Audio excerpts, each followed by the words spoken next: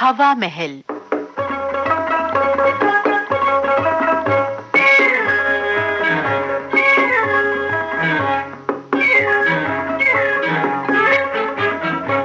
हवा महल में आइए आज सुनते हैं नाटिका एक और सच।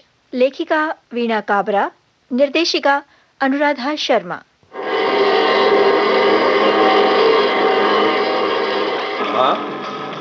माँ, मुनीम जी ने बताया कि तुमने ट्रस्ट के खाते में से 5,000 रुपए निकाले हैं।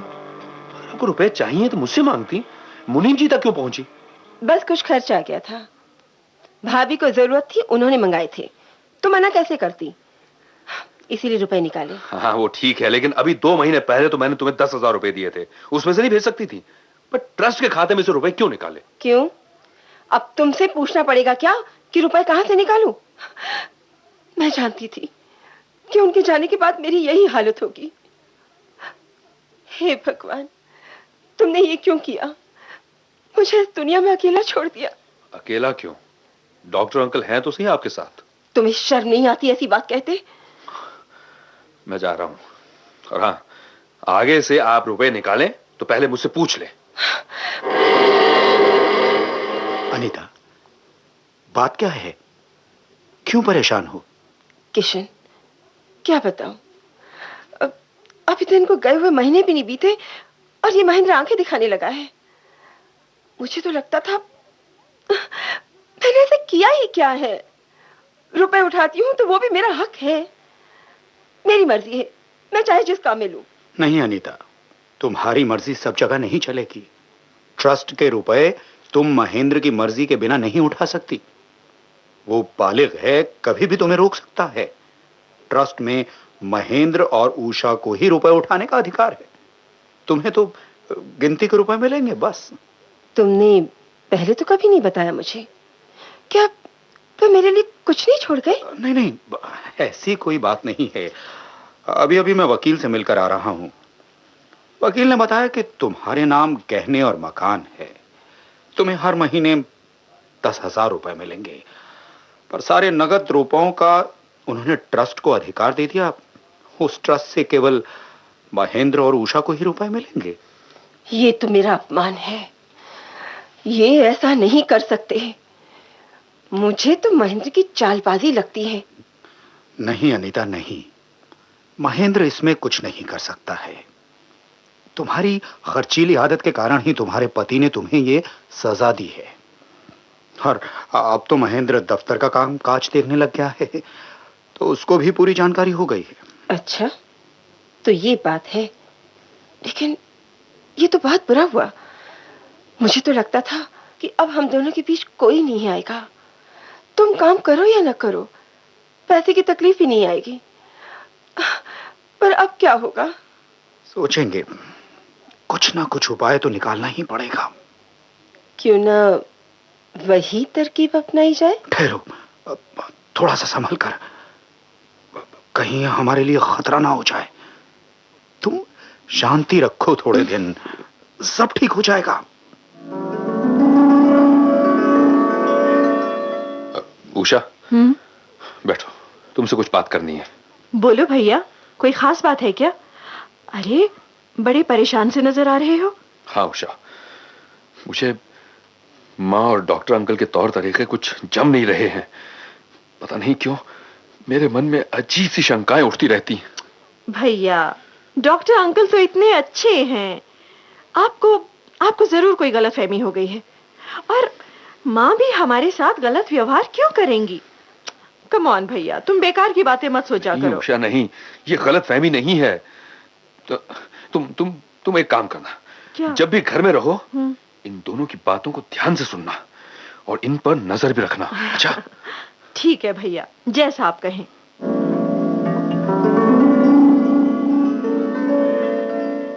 किशन, आपने क्या सोचा है?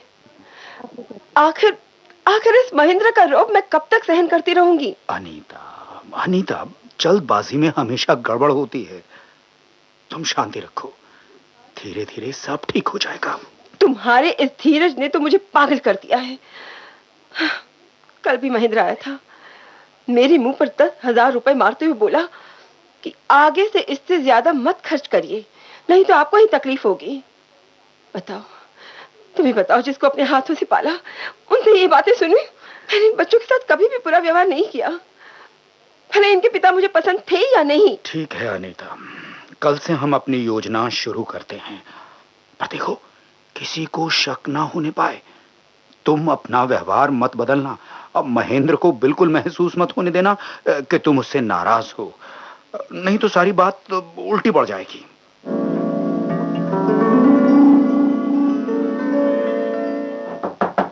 भैया, भैया, भैया 10 बज गए हैं, उठते क्यों नहीं? दरवाजा खोलो भैया। माँ, रामदीन, माँ, माँ देखो ना, अभी तक भैया उठे नहीं। मैं कब से दरवाजा खटखटा रही हूँ तो भी खोल नहीं रहे हैं। अब बिटिया रुको, हम दरवाजा ऊपर से खोलते हैं।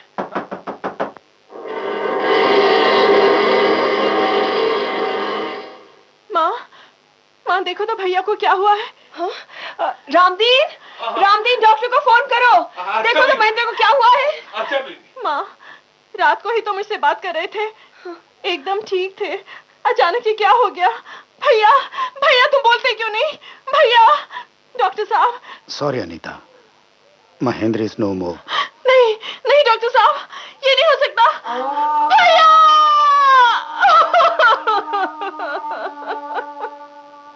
भैया! उफ, क्या किया जाए, किससे बात की जाए?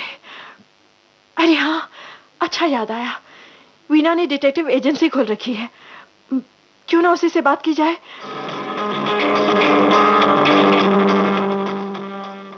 हेलो वीना। हेलो उषा, कहो क्या बात है, क्यों परेशान हो? भाई बैठने तो दो मुझे, फिर बताती हूँ। हाँ हाँ, आओ ना, इधर बैठो। वीना, तुमसे आज 5 सालों बाद मुलाकात हो रही है। इसके बीच मेरी जिंदगी में क्या कुछ घट गया तुम नहीं जानती। बस अपनी जिंदगी के उलझे धागों को सुलझाने के लिए तुम्हारे पास आई हूँ। कहो ना, क्या परेशानी है? पिछले साल मेरे पापा गुजर गए थे। तुम तो जानती हो कि मेरी माँ सौतेली है, पर आज तक हम सबकी आपस में अच्छी तरह बनती रही, किसी को किसी से कोई शिकायत नहीं थी। पर पिछले ही महीने मेरे भाई भी पापा ही की तरह हार्ट अटैक से चले गए। माय गॉड, क्या कह रही हो? मुझे तो खबर ही नहीं मिली। कौन बताता, हम तो मिले ही नहीं ना। और मेरा भाई मुझसे उम्र में काफी छोटा था, और उसे ऐसी कोई आदतें भी नहीं थी कि वो दिल का मरीज हो। वीना, जानती हो, उसकी मौत के करीब 8 दिन बाद डॉक्टर अंकल और माँ को मैंने कमरे में बातचीत करते हुए सुना। अनीता, तुम ये ठीक नहीं कर रही हो। जरूरत से ज्यादा हाथ फैलाना अच्छा नहीं है। किशन, तुमने अगर अब मेरी बात नहीं मानी तो मैं तुम्हारा भांडा फोड़ दूंगी। अनीता, मुझे तो कुछ नहीं होगा, तुम ही फंसोगे।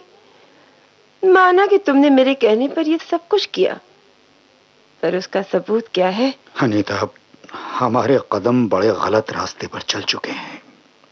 माना कि अब लौटना संभव नहीं है, पर अब भी अगर हम संभल जाएं तो बात ठकी रहेगी। मेरा मन अब और आगे कुछ करने की गवाही नहीं देता है अनीता। क्या क्या यही सोचकर तुमने मुझे सुरेश से शादी करने पर मजबूर किया था?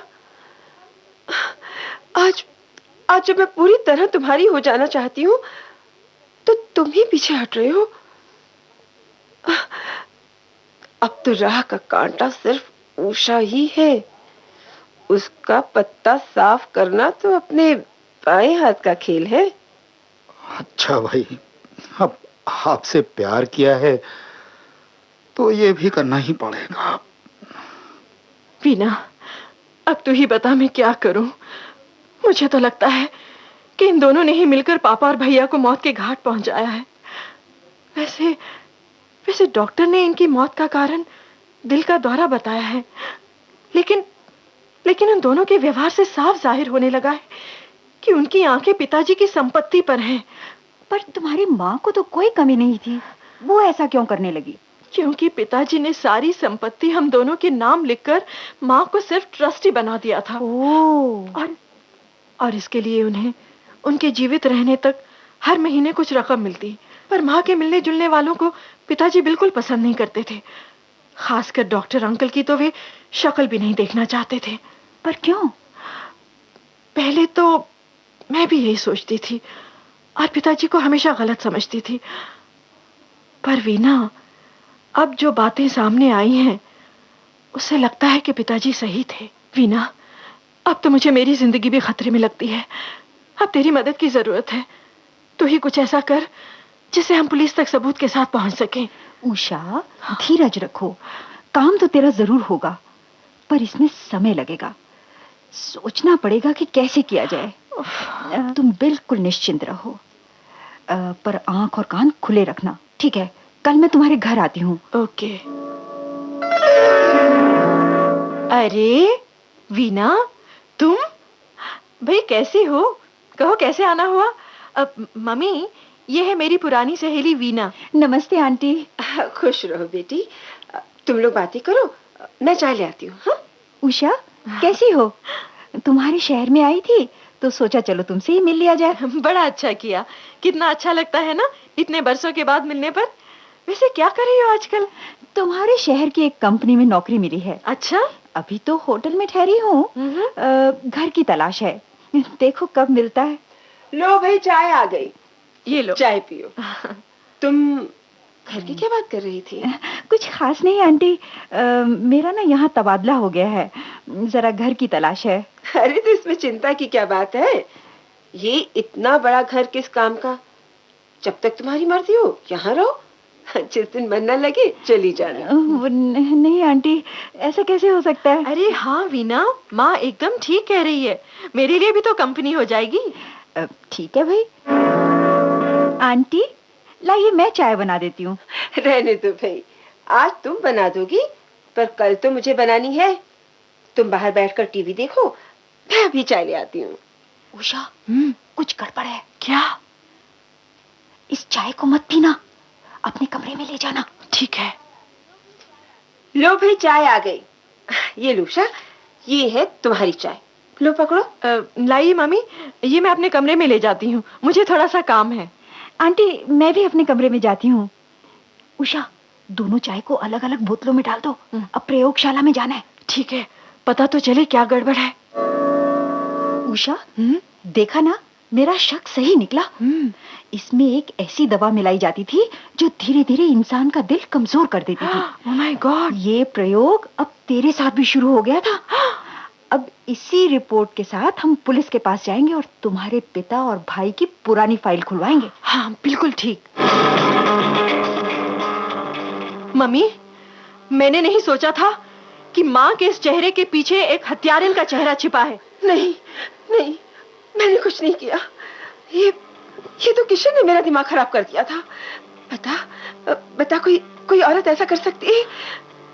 देख, मुझे माफ कर दे बेटी, मुझे माफ कर दे। श्रीमती अनीता सेठी, अब आप अदालत ही में माफी मांगे तो अच्छा रहेगा। चलिए।